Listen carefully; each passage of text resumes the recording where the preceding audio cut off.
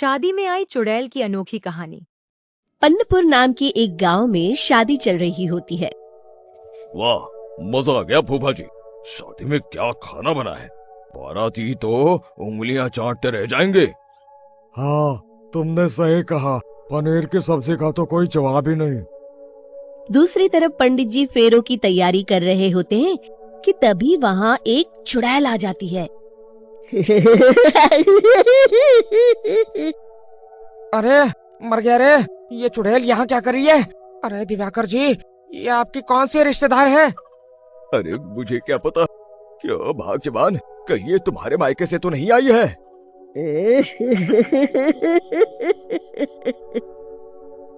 तुम लोगों की इस गांव में बारात लाने की हिम्मत कैसे हुई? मेरे रहते इस गांव में किसी की शादी नहीं हो सकती। अब तुम लोग देखो मैं क्या करती हूँ।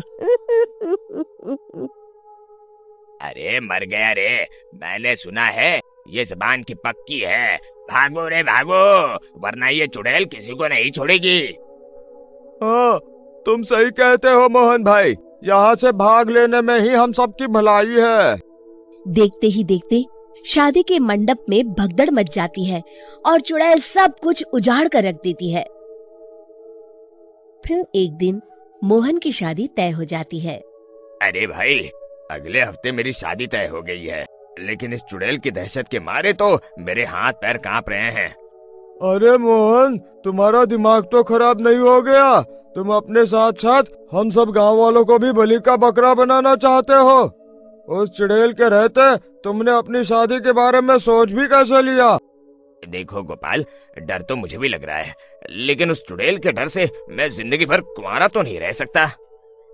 तभी वहाँ मोहन के होने वाले ससुर आ जाते हैं। अरे ससुर जी आप? देखो, अब तक मैं तुम्हारा ससुर बना नहीं हूँ और शायद बनूंगा भी नहीं। ये आप क्या कह रहे हैं?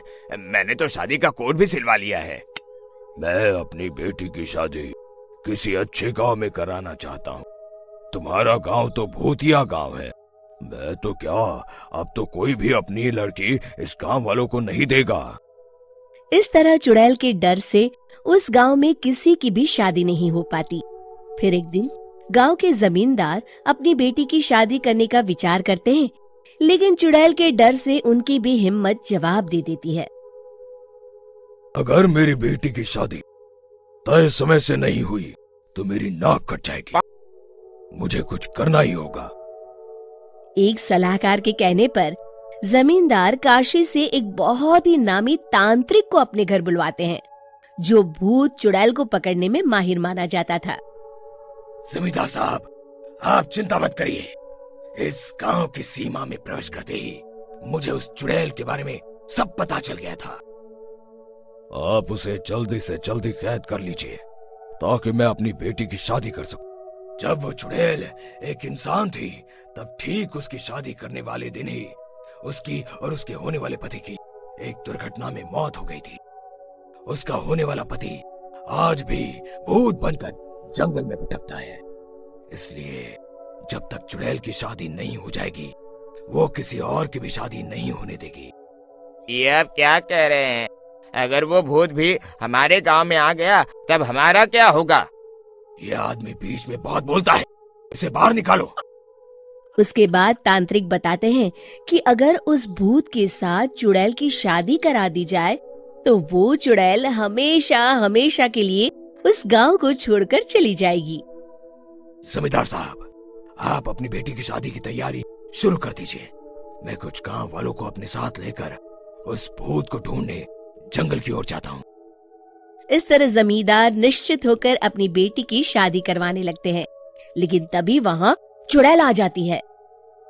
मैंने तुम गांव वालों को समझाया था ना कि इस गांव में कभी कोई शादी नहीं करेगा।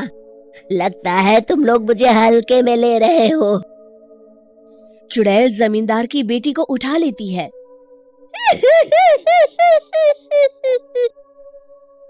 अब देखती हूँ बिना दुल्हन के तुम लोग शादी कैसे करोगे। मैं इसे अपने साथ ले जा रही हूँ।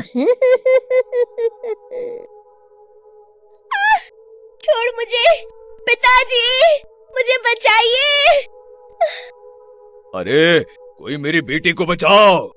तभी तांत्रिक उस भूत को लेकर वहां पहुंचता है। अरे भाग्यवान, रुको, इन मासूमों को परेशान मत करो, मैं आ गया हूँ, अब तुम मेरे साथ चलो।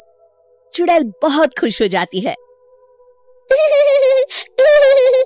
आप आ गए, चलिए अब हम मंदिर में चलकर शादी कर लेते हैं। अरे अरे अरे अरे, ये क्या कह रही हो? मंदिर में जाके दोबारा मरना है? चलो, आज से हम जंगल में रहेंगे।